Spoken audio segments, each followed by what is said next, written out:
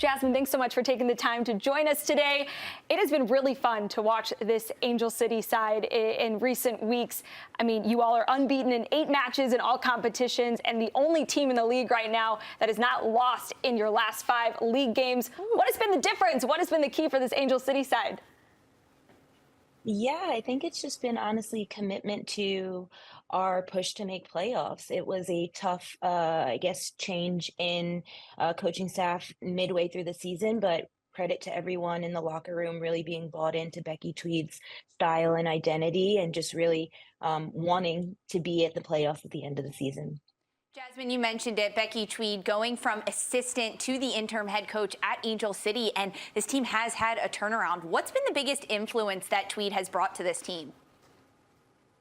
I think just her desire to make training as competitive as possible and then being able to translate that into competing on the weekends and just really getting after it, making sure that everyone feels valued top to bottom and just fighting, for ourselves, each other, and our community here in LA.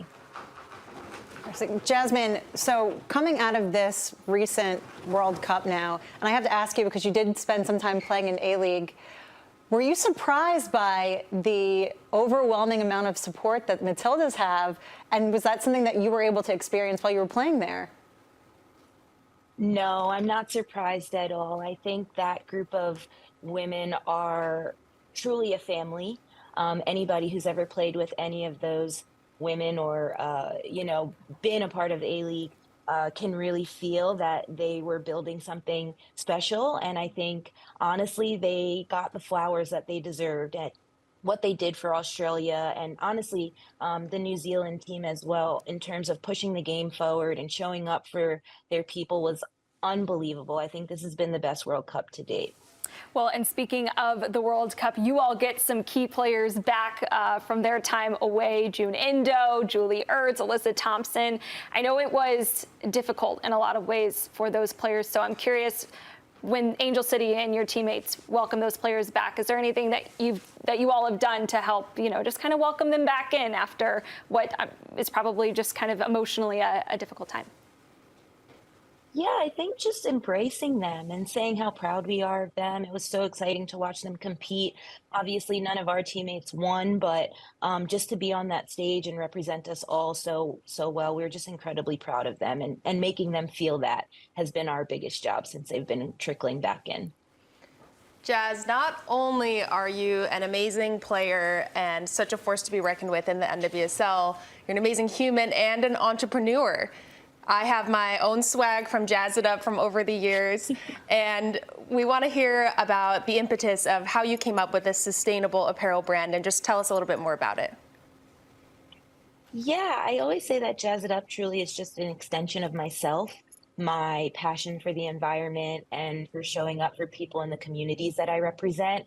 And so it was kind of a no-brainer to create a brand that really emphasized this and gave an opportunity for the communities that I represent to come together and provide resources for one another.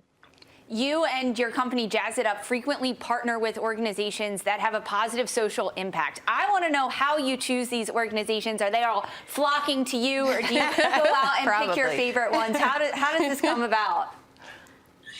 I kind of just pick something that I've recently learned about or I'm really passionate about, and then start researching organizations that are kind of boots on the ground doing the work. For this most recent one, it was for the World Cup. And so having played abroad in Australia, I myself learned how integral the Indigenous population was to the culture of the country and how they're kind of lacking a lot of support in terms of access to the game, but also just getting their identity and their messaging across. And so for me, finding Indigenous artists who show their beauty in t-shirts, and generating funds to help Indigenous youth get to a game was something I was really passionate about. And I found an incredible partner in common goal to help kind of bridge the idea and make it come to life. And it's honestly probably my favorite collection I've ever done. I woke up the day of the quarterfinal to see all these kids went to the game and they were so excited. And then obviously Australia wound up playing in that game and winning. And it was just madness. My heart was so full. So this is your favorite partnership that you've done. What's your favorite piece from the partnership? Anything that we should keep our eye out for and we should go out and get?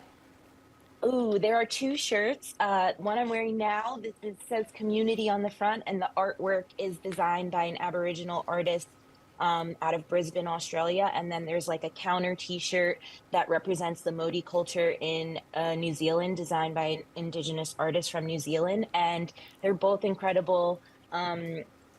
Funds that are generated from both shirts will still go towards Common Goals Partner, even though the World Cup is over. There's an incredible organization that's providing access to soccer abroad in Australia for young Indigenous kids. So it's still really supporting a good cause and just helping to try and grow the game. Jasmine, it's amazing hearing about all this, and it just makes me wonder, at what point in your life did you become so passionate about giving back and helping other people? Because I can just even see it in your face, lighting up, talking about these causes that you've been able to affect in a positive way.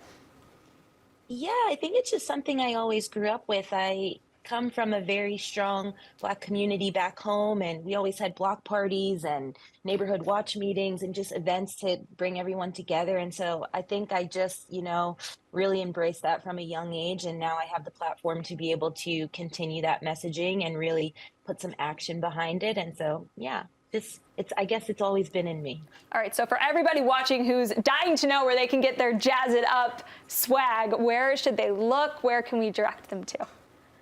You can shop online at jazzitupofficial.com. Also have Instagram, jazzitup_official.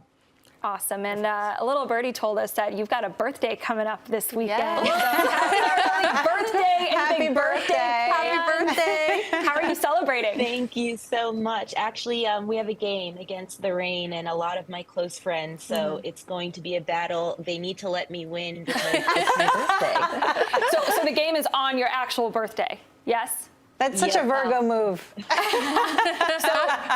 cake after the fact. I don't know if cake before a game, that sounds kind of... Definitely cake after. We'll go cake after. I'm going to send cake to their hotel before the game for sure. Also a Virgo strategy. Yes. Respect. We love it. Well, we wish you best of luck in the match this weekend and a very happy birthday as well. Thank you so much for taking the time to join us here on Attacking Third. It's been great to hear more about Jazz It Up and to visit with you as well about Angel City and what's been a great last few weeks for you all.